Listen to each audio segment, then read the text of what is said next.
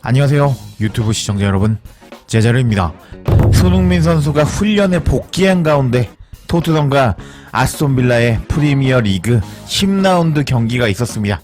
손흥민 선수가 훈련에서 좋은 컨디션을 보여주면서 밝은 표정을 보여주고 있었는데요. 이런 상황에서 토트넘은 4승 1무 4패 18득 10실점을 기록하면서 리그 10위, 그리고 빌라는 5승 3무 1패 16득 11실점을 기록하면서 리그 5위에 랭크되어 있는 상황이었습니다.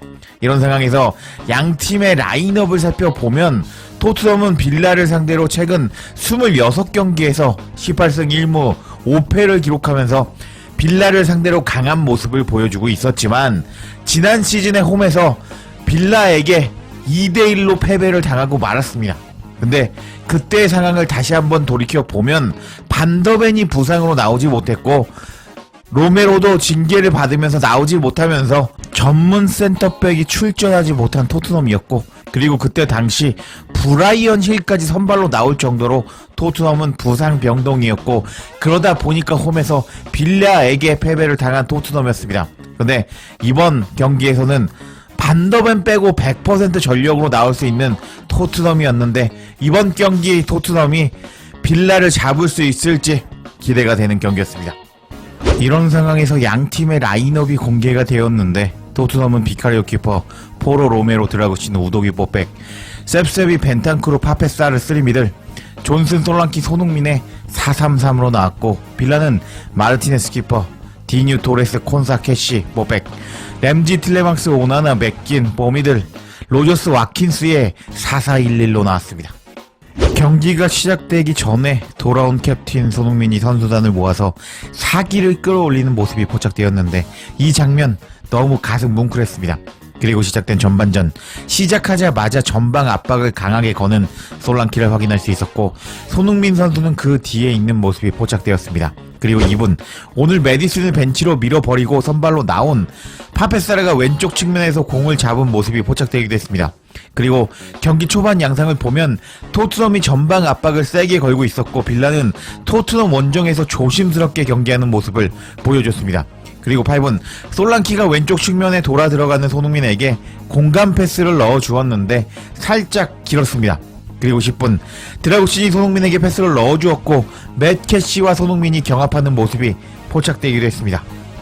그리고 19분, 벤탄쿠르의 패스를 받은 손흥민은 왼쪽 측면으로 돌아 들어가는 우도기에게 킥패스를 넣어주며 좋은 패스를 뿌려주기도 했고, 그리고 20분에는 선수 2명이 달라붙자 양발 드리블로 벗겨버렸는데, 이에 당황한 오나나가 손흥민에게 파울을 범하기도 했습니다. 전반 23분까지 통계를 보면 토트넘이 점유율 49% 먹고 슈팅 3개, 빌라도 3개 날리면서 서로 팽팽한 경기를 하는 양팀이었습니다.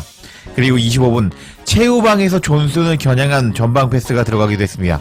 그리고 28분, 빌라는 거의 모든 선수들이 단단한 수비벽을 구축하는 모습을 보여주고 있었고, 그렇게 공을 뺏고 역습하는 빌라인 것을 알 수 있었습니다. 그리고 30분, 195cm의 오나나의 헤더슛을 비카리오가 선방에 내면서 코너킥이 되었습니다. 그리고 그 코너킥 상황에서 로저스의 골이 나와버리면서 1대0으로 끌려가는 토트넘이었는데, 세트피스에서 실점하는 토트넘의 실점 패턴은 너무 아쉬웠습니다. 그리고 34분, 왼쪽 측면에서 1대1 상황에서 수비를 벗기고 크로스를 올리는데 성공한 손흥민이었지만 키퍼 정면이었고, 36분에는 손흥민 선수는 2명이 앞에 있는데도 불구하고 양발 드리블을 치며 박스 안으로 들어가서 코너킥을 얻어내기도 했습니다. 그리고 42분, 빌라의 역습이 나왔는데 와킨스의 슈팅이 크게 빗나가며 위기에서 벗어난 토트넘이었고, 43분에는 빌라가 빈틈없이 주차를 잘하자 벤탕의 중거리 슛이 나왔는데 떠버리고 말았습니다. 그렇게 전반은 1대0으로 끌려가는 토트넘이었는데, 빌라의 단단한 수비를 뚫지 못하는 토트넘이었고, 전반 패스 스탯을 보면 셉세비가 키패스 2개, 로메로, 우도기, 손흥민이 키패스를 한 번씩 뿌려주고 있는 토트넘인 것을 알 수 있었고, 전반 슈팅 때린 것을 보면 벤탕이 슈팅 3개, 포로, 사르, 솔랑키가 각각 1개를 때린 토트넘이었는데, 후반에는 빌라의 단단한 수비를 뚫을 비책이 필요해 보였습니다. 그리고 시작된 후반전, 빌라의 단단한 수비를 깨트릴 비책은 바로 손흥민 선수였습니다. 와우, 다시 9분 손흥민 선수는 드리블 치며 왼쪽 측면으로 들어갔고 박스 밖에서 빌라 선수가 3명이 붙었는데도 불구하고 그 3명을 바보 만들어 버리는 얼리 크로스를 넣어줬습니다. 그리고 손흥민의 그 크로스는 존슨에게 택배로 전달이 되었고 택배 크로스를 존슨이 맛있게 받아먹으면서 1대1 동점을 만든 손흥민의 미친 크로스였습니다. 그렇게 동점을 만든 손흥민과 존슨이 서로 몸통 박치기를 하는 장면이 포착되었는데 손흥민을 존경한다고 말했던 존슨이었기 때문에 이 장면 너무 감동적이었습니다.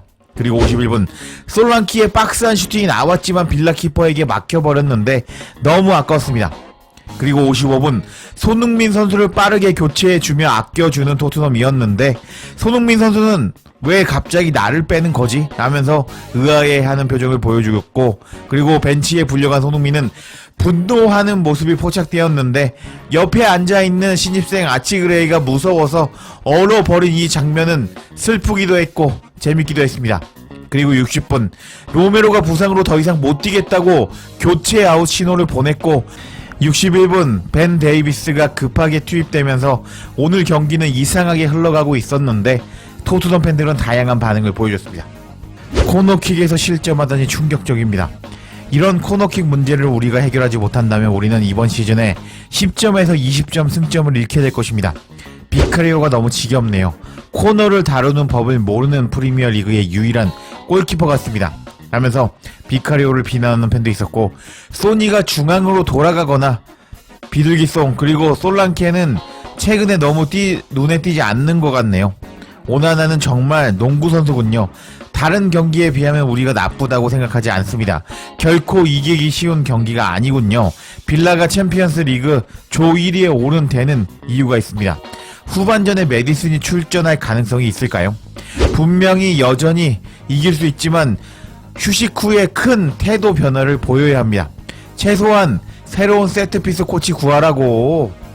소니의 멋진 크로스가 들어갔다고. 손흥민의 크로스 대박이네. 손흥민 왜 빼는 거냐고 라고 반응하는 한국 팬도 있었고 손흥민 싫어하는 사람들 어디 갔냐고. 나이스 손흥민, 나이스 원 소니. 소니를 왜 교체하는 거냐고요. 왜 소니 교체하는 건가요? 훌륭한 주장이 훌륭한 일을 했습니다. 소니의 멋진 크로스가 들어갔어요. 소니는 레전드라고. 존슨의 수준 미쳤네 등등 다양한 반응을 보여주는 토트넘 현지 팬들이었습니다.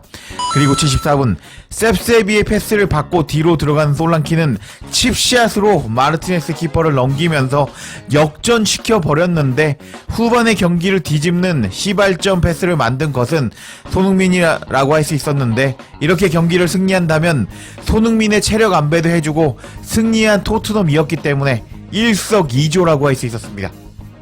그리고 79분 손흥민 대신 들어간 비둘기송은 박스 안에 들어가서 솔랑키에게 컵백을 넣어주었고 솔랑키의 추가골이 들어가 버리면서 사실상 20점 경기가 끝났다고 할 수 있었습니다. 오늘 손흥민 선수는 단단한 빌라의 수비에 문을 여는 미친 크로스를 넣어주면서 동점골을 만들어냈고 손흥민의 미친 크로스로 균열이 생긴 빌라의 수비를 솔랑키가 뚫어버리면서 토트넘은 승리를 챙길 수 있었는데요. 토트넘의 공격의 핵심 손흥민 선수가 체력 안배를 받았으니 주중 유로파 리그에서도 공격 포인트를 기록하기를 기원하며 영상 마치겠습니다. 제자리에 영상 놓치지 않도록 알림 설정 해주실 것을 부탁드리며 영상 마치겠습니다. 구독과 좋아요 댓글은 사랑입니다. 감사합니다.